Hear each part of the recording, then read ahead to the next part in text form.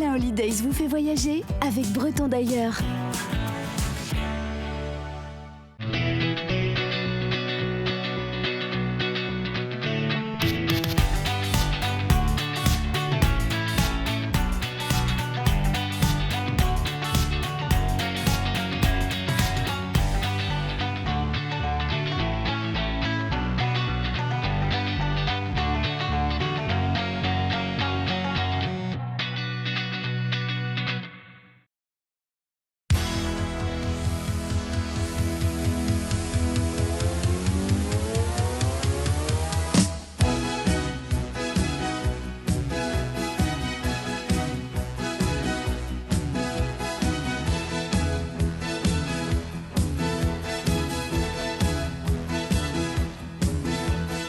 Bonjour, bienvenue en Italie. Je me trouve dans un des lieux qui offre le plus beau point de vue sur les Pouilles, au pied du Castel del Monte.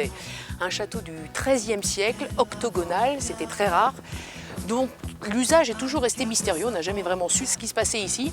En tout cas, il a été racheté par l'État italien au XIXe siècle pour 13 € et ils l'ont totalement reconstruit, restauré. Et il orne maintenant l'une des pièces de 1 centime d'euro. Voilà, c'est donc un symbole à la fois des Pouilles et un symbole italien. Les Pouilles qui sont à nos pieds, qu'on va retrouver, qu'on va visiter. On va aller à Trani, à Paris, à Ostuni, à Alberobello, à Otranto. Et j'en passe, vous allez voir toutes les merveilles architecturales de la région, très diversifiées. Et bien évidemment, on va aussi à la rencontre de nos Bretons. Enfin plutôt nos Bretonnes ce mois-ci. Allez, on y va.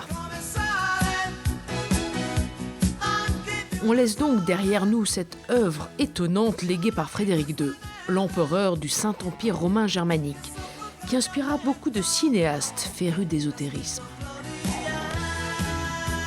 À tel point que ce haut lieu touristique nous a valu la réclamation d'un droit de tournage de 2000 €, dont nous ne nous sommes pas acquittés. Vous ne verrez donc pas ici l'intérieur de cette forteresse sans grand charme, pour des beautés autrement plus envoûtantes qui nous attendent à l'extérieur, dehors. Et pour certaines également édifiées par Frédéric II, ce duc de Souabe qui laisse sa marque dans ce paysage calcaire. C'est le cas notamment à Trani, que l'on rejoint sur la côte adriatique, peut-être la plus bretonne des villes apuliennes avec ses phares et ses pêcheurs. Connu également pour son château médiéval du XIIIe, commandé donc par Frédéric II, et pour sa cathédrale romane, construite sous la domination normande entre le XIe et le XIVe siècle. Bari, la capitale des Pouilles, est notre prochaine halte, plus à l'est.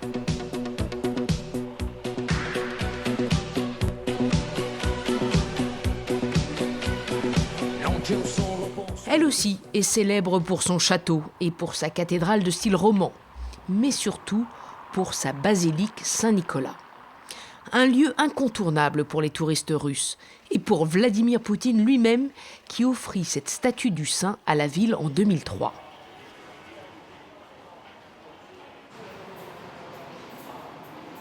À l'intérieur de la crypte, d'autres plaques en russe attendent le visiteur. Car c'est ici que reposent les restes de l'ancêtre du Père Noël, Saint Nicolas, vénéré par les orthodoxes russes. À la sortie de Bari, à Thury, nous rencontrons notre prochaine Bretonne, Nathalie, une professeure de français de Saint-Malo qui vit ici depuis 12 ans avec son mari italien, Nicolas. Je suis née à Saint-Malo, j'y ai grandi et donc après mes études en langues étrangères appliquées et au commerce international à Rennes, puis après avoir obtenu un DESS, maintenant appelé Master 2 à l'Université catholique de Lille, j'ai effectué un énième stage, cette fois-ci en Allemagne. À cette époque-là, j'ai rencontré la personne qui est ensuite devenue mon mari. Il est italien et j'ai tout de suite su que je voulais le suivre. Mon mari, à l'époque, avait fait quelque chose de très romantique, c'est-à-dire qu'il était venu me chercher en se présentant à mes parents. J'ai dans la tête un petit peu cette idée du chevalier sur son cheval blanc. Alors, oui, expliquez-nous. Oui, c'est un cadre que j'ai fait pourrir, qui représente Napoléon avec mon visage, mais je n'aime pas trop Napoléon. L'italien en général n'aime pas Napoléon pour l'histoire récente et être pour rire, pour faire comme une imitation pour rire. Mais on vous compare parfois à Napoléon? Vous êtes un petit Napoléon italien? Non, non, absolument, absolument. Je suis très normal. J'aime l'Italie, c'est une personne normale. Normal, mais peut-être un peu impérieux quand même. Ça fait 2 ans qu'on est mariés, mais on est ensemble depuis bien longtemps finalement, depuis 12 ans. Alors, voici notre album de mariage. On a mis plusieurs années à décider où est-ce qu'on se serait mariés. Au début, je voulais en Bretagne. Lui, il disait non, on le fera dans les Pouilles. On a perdu des années comme ça. Et finalement, le jour où j'ai dit non, d'accord, on se mariera dans les Pouilles, ça s'est produit très facilement, en fait. Donc, on s'est mariés à l'église à Locorotondo, la ville d'origine de mon mari. Et on a fêté le mariage dans une belle salle de réception à l'italienne, à Traette, à Ostuni. Donc, les 5 premières années, j'ai travaillé surtout dans l'export et dans le marketing. Finalement, ce sont les domaines pour lesquels j'étais formée. Petit à petit, j'ai commencé à faire des cours particuliers de français parce qu'on me le demandait, parce que j'en avais l'occasion. Et puis, je me suis dit, finalement, il y a un marché. Donc, je n'enseigne pas seulement dans les écoles, donc j'enseigne aussi en ligne. J'ai créé mon propre site internet. Je dois dire que maintenant, on me contacte de toute l'Italie, de France, de Belgique, de Suisse, de Luxembourg. J'ai eu aussi quelques contacts des pays scandinaves, toujours pour des leçons de français. Bonjour, Davide. Comment ça va? Ça va bien, ça va bien. Ça va bien? Bien réveillé? Ben svegliato? Si. Oui, parfait. Alors, nous allons commencer par quel exercice? Numéro 6. Okay. D'accord. Alors, je t'écoute. Numéro 6, pagina 34, giusto? 33. No, 33. Ça n'a pas été facile, non, parce que les Pouilles, c'est vraiment différent par rapport à la Bretagne. Ici, on est vraiment dans le sud de l'Europe, alors que moi, je suis tout de même du nord, du nord-ouest. Les Bretons aiment la simplicité, vraiment, la simplicité est primordiale en Bretagne, que ce soit au niveau culinaire ou au niveau vestimentaire. C'est vrai que quand je retourne en Bretagne, je me rends compte de cette énorme différence. Voilà. Quand je vais dans la Bretagne, surtout, j'ai la sensation de liberté, de n'avoir pas trop de choses à penser pour comme s'habiller ou pour les vêtements. J'aime beaucoup la sensation de liberté. Et chez nous, dans le petit village aussi, il est possible de trouver les grandes marques de vêtements italiennes et aussi françaises. Maintenant, vous voulez acheter des vêtements de Chanel ou d'Hermès. Si vous voulez maintenant acheter, il est possible dans des magasins à 10 ou 20 km ici. Dans Saint-Malo, je n'ai vu des magasins de grandes marques. Alors, mon mari vient presque toujours avec moi en Bretagne. Il adore la Bretagne. Il aime aussi ma famille. Vraiment... c'est un petit peu comme moi, il aime aussi se rafraîchir en Bretagne. Vous aimez bien aller en Bretagne? Oui, j'aime bien la Bretagne. Ma femme, c'est bretonne. Alors... Vous aimez bien vous baigner en Bretagne aussi? Non. Je préfère l'eau très chaude d'ici et c'est difficile. Peut-être 1 ou 2 fois en des années que je suis baigné. Mais à la plage, c'est très bien. C'est vrai qu'en matière de baignade, il y a de quoi faire ici, dans les Pouilles. Tantôt entre les rochers, où de petites criques abritent une mer cristalline et peu de baigneurs, tantôt sur des plages de sable fin, beaucoup plus fréquentées.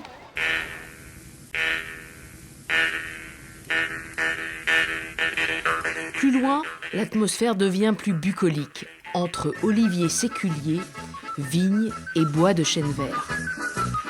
On poursuit notre route pour repartir dans les terres. Ces terres fertiles et pierreuses de la Murgia, souvent encerclés de murets, où des générations d'agriculteurs ont cultivé pendant des siècles des tomates, des pastèques et des artichauts comme en Bretagne. Ils ont laissé derrière eux ces drôles d'habitats ruraux, les trou-lits, aux origines mystérieuses, que l'on rencontre surtout à Alberobello. C'est un peu un mystère parce qu'il manque un document historique. Personne n'a pensé d'écrire une histoire sur les trou-lits. Donc avant le Moyen-Âge, on sait qu'on les construisait dans la région, mais à partir de quand? Et grâce à qui? Ça, c'est encore pas connu. Certainement, l'origine, c'est la Méditerranée orientale, parce que même le mot trullo vient du grec tolos. Et tolos signifie coupole en grec. Les gens avaient l'habitude de terminer la construction du trullo de peindre ou de dessiner avec la chaux en blanc sur les toits, un signe, un symbole. On les a partagés dans 3 groupes. Les signes primitifs et les symboles magiques, comme les signes du zodiaque et les symboles de planètes, et les symboles religieux. Le signe protège. Donc il est là pour protéger la famille qui habite à l'intérieur. Et si c'est des trullos dans les champs, la campagne, pour protéger la terre, les cultures, pour chasser mauvais esprits, les mauvais œils en particulier, le malocchio. Et beaucoup de trullis, on les voit changer de plus en plus dans des chambres d'hôtel, chambres d'hôtes et activités commerciales. Parce que les touristes ont découvert Alberobello et c'est devenu un des sites, il faut dire même très aimé et plus visité de la région. Le site est même classé au patrimoine mondial de l'UNESCO depuis 1996. Autant dire que la bourgade paisible de paysans a bien changé ces dernières années. Des hordes de touristes affluent désormais dans la rue principale, parmi les boutiques de souvenirs et de bibelots. Quant aux paysans d'antan, il n'en reste plus qu'une poignée. Ce couple, par exemple, qui a transformé son trullo en musée, plus profitable que de travailler la terre.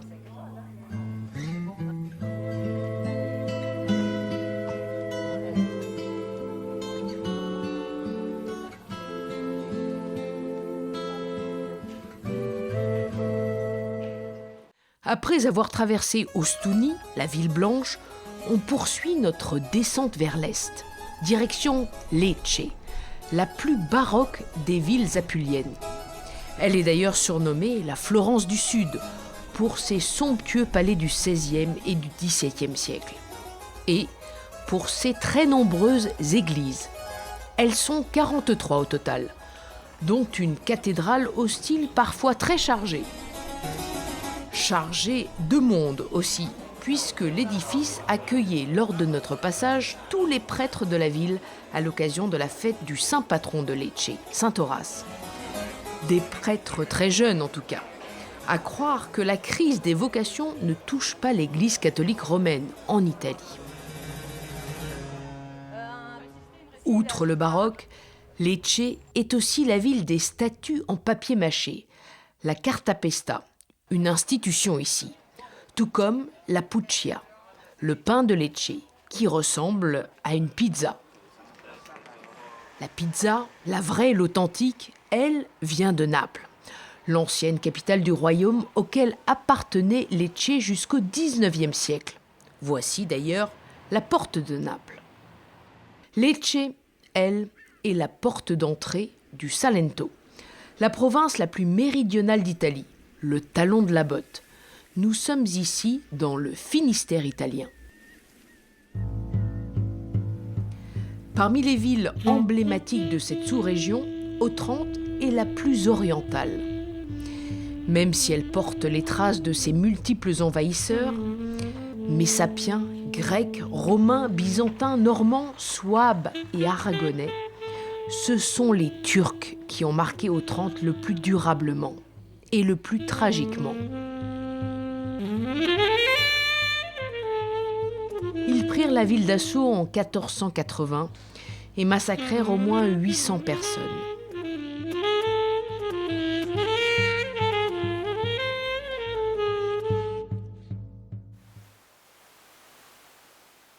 C'est sur cette plage, près d'Otrante, que l'on retrouve Sylvie. Bonjour Sylvie. Bonjour Marie. Ça Bienvenue. va? Ouais. Une ancienne banquière rennaise mariée à un oliviculteur. Alors Sylvie, vous m'avez donné rendez-vous sur la la baie des Turcs. C'est ici que les Turcs ont débarqué il y a plus de 500 ans. Exactement. Eh bien vous, la Bretonne, vous avez débarqué il y a plus de 10 ans. Voilà, tout à fait, oui, oui. J'ai débarqué en plus dans les Pouilles à Otranto en 2003. Les Pouilles m'intéressaient et puis en plus il y avait l'opportunité qui est un Club Med pour les jeunes. À l'époque j'étais célibataire et après je ne l'ai plus été puisque j'y ai rencontré Votre mari. Voilà. Celui qui est devenu votre mari depuis. Voilà.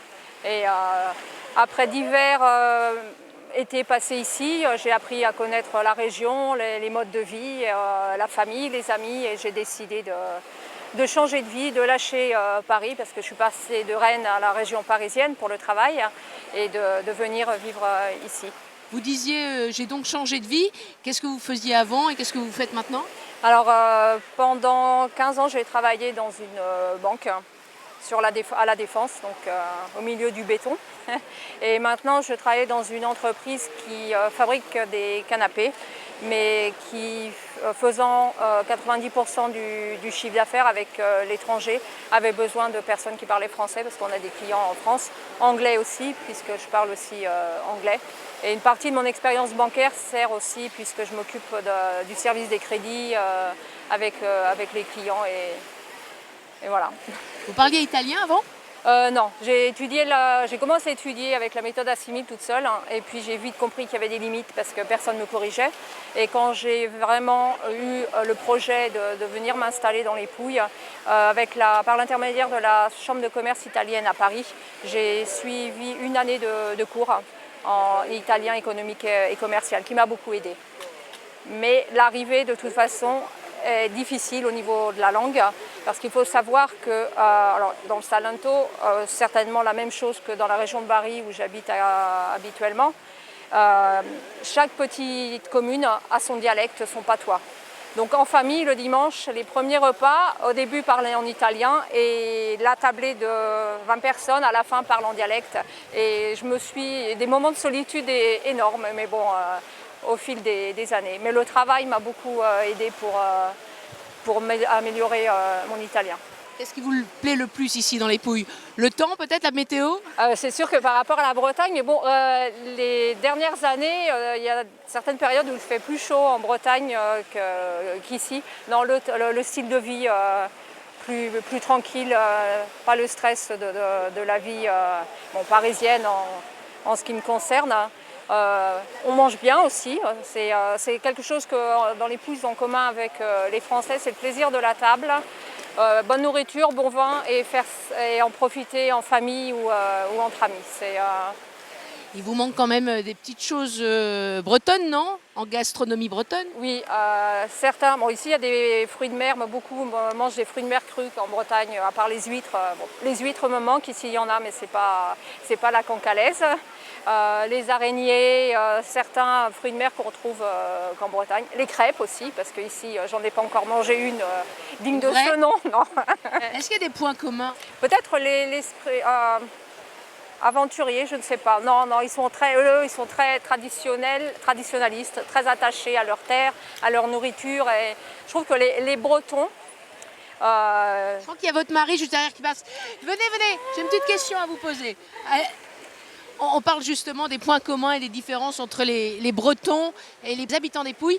Qu'est-ce que vous trouvez comme point commun avec les Bretons ou pas du tout comme grande différence avec les Bretons? Le differenze, i punti comuni fra bretoni e abitanti della Puglia. I bretoni sono un po' testa dura. On a la tête dure. La tête dure. et pas vous? Per nous, c'est più fragile la terre in Puglia. No? La terre est plus fragile, c'est pas le granit de la Bretagne. Donc ça influe sur le caractère aussi. Donc plus doux. Oui, plus tolérant, plus voilà. D'accord. Ok, bonne baignade. Je crois que vous allez le rejoindre là. Dans peu de temps, oui, parce que c'est une des heures qu'on apprécie le plus pour... Bon, je vous laisse goûter la mer, hein. Ça donne envie. Merci. Au revoir. Au revoir. Allez, on va vous regarder alors. Hein.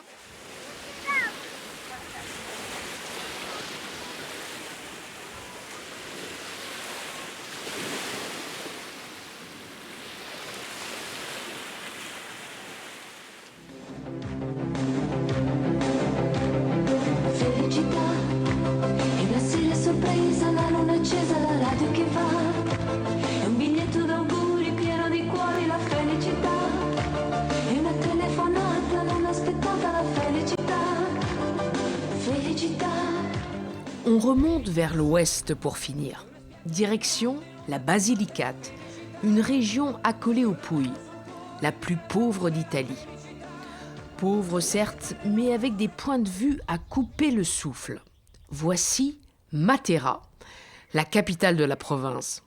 Pas étonnant que des cinéastes en aient fait leur décor pour leurs films religieux, tels La Passion du Christ de Mel Gibson, tourné en partie ici, sur cette dalle. Matera serait d'ailleurs la ville la plus vieille du monde, après Jéricho et Alep. De fait, pendant 12 siècles d'affilée, les gens habitaient dans ces habitations creusées à même la roche, les sassis.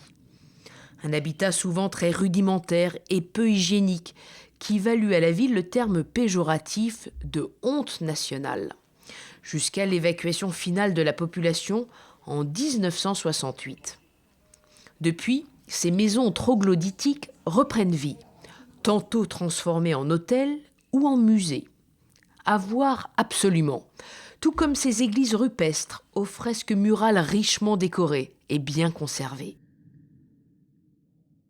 Nous quittons les Sassis et la vieille ville pour un quartier plus moderne de Matera, où nous avons rendez-vous avec notre dernière Bretonne, Gaëlle, qui est là depuis plus de 30 ans. Je suis née à Saint-Brieuc. Mes parents habitaient dans un petit village qui s'appelle Saint-Grand. J'ai commencé mes études en fait à l'université de Bretagne, LCE, donc langue et civilisation étrangère. Et la première année, par contre, j'ai décidé de la faire en Italie, à Florence. J'ai fait jeune fille au père à Florence. J'ai terminé ma licence. Et puis, je suis venue à la fin de la licence à Matera comme lectrice de français, en fait. Et puis, j'ai connu mon mari à cette époque-là. Et je suis revenue en 97, je me suis mariée, je suis revenue ici. Alors après, quand j'ai eu mon garçon, Mathieu, qui a 19 ans maintenant, je l'ai eu en mai 98. Et après, je suis rentrée en 2000 chez Nicoletti, où je travaille maintenant, ça fait 17 ans. Et c'est une entreprise qui fait des salons en cuir et en tissu. En fait, il y a un pôle du salon, de la fabrication, de la production de salons en cuir ici. Jusqu'en 2008, où il y a eu un gros clash, un gros boom avec le début de la crise, en fait, tous les étrangers, pratiquement, ils travaillaient dans les entreprises, même les Materranais, à Santeramo, ils y sont tous parce que c'était le seul travail qu'il y avait vraiment... c'était le seul travail qu'il y avait ici, en fait, au niveau entreprise, la production de canapés. Cela semble exact, en effet. Gaëlle travaille dans ce même secteur particulier que Sylvie, que nous avions vue du côté d'Otrante. Après, j'ai rencontré quelqu'un d'autre au travail, d'ailleurs, sur mon lieu de travail. Et puis après, on a commencé à habiter ensemble. Et puis j'ai eu un petit garçon donc, à 6 ans, Michele, qui va commencer le CP cette année. Alors le grand, il est bilingue, le deuxième, non. En fait, j'ai bloqué l'été de ces 2 ans. Et puis quand je suis revenue ici, j'ai pas repris. Et puis, voilà, mais je sais que c'est pas bien, parce qu'il faut que parce que lui, il est un peu isolé quand on va en France avec ses petits cousins. Et plus particulièrement en Bretagne. Eh ben oui, j'y vais une fois par an. J'y suis allée au mois de juin. Alors, cette année, je n'y suis pas allée, j'y suis allée au mois de juin l'année dernière, en fait, juin 2016. J'essaie d'y aller. Voilà. L'été, j'évite parce que moi, j'adore la mer. La Bretagne, c'est pas très chaud. Ça me manque pas. La vérité, elle me manque pas. Mais ma famille me manque, bien évidemment, ça c'est évident. Mais bon, on arrive à compter. La Bretagne, on va dire, j'ai dans mon cœur, j'y pense, j'ai des photos, j'ai mon calendrier avec les photos de la Bretagne. Puis en fait, le fait que je travaille en fait avec la France, je parle, on a beaucoup de clients en Bretagne, je suis en contact toujours entre guillemets avec la Bretagne. Les paysages me manquent bien évidemment. Rennes, j'y pense aussi, mais bon, ma vie elle est ici maintenant, donc il y a beaucoup de gens, on va dire cultivés, qui ont des doctorats, tout ça, qui viennent s'installer ici et parce qu'on y vit bien. C'est une petite ville qui a des enfants, par exemple. Il n'y a pas de grande distance. Moi, je vois dans les grandes villes, Rome, Milan, tout ça, les gens. Moi, je rentre chez moi le midi. J'ai la mer, on a la mer pas loin. Au niveau culturel, il y a plein de choses à faire. Donc, les Materranais, souvent ils critiquent. Ah, il n'y a rien à faire à Matera. C'est pas vrai. Si on veut, il y a plein de choses à faire. Et de fait, la cité ancienne honte nationale a été choisie pour être la capitale européenne de la culture en 2019, comme elle l'affiche fièrement dans le centre-ville. Une vraie réhabilitation pour ce vilain petit canard qu'elle était depuis des années. Et peut-être un peu de chance apportée, qui sait, par ces petits coucous.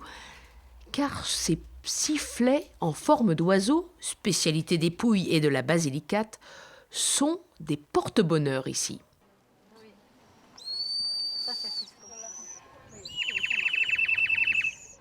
Voilà, on se quitte dans la région de la Basilicate, voisine de la région des Pouilles, et plus particulièrement au pied de la belle ville de Matera, connue pour ses maisons troglodytiques comme celle qui se trouve juste derrière moi. J'espère que ce breton d'ailleurs vous a plu. Comme on dit ici, Tchevedim, dans un des dialectes locaux, ça veut dire « on se revoit ». Tchevedim, Tchevedim.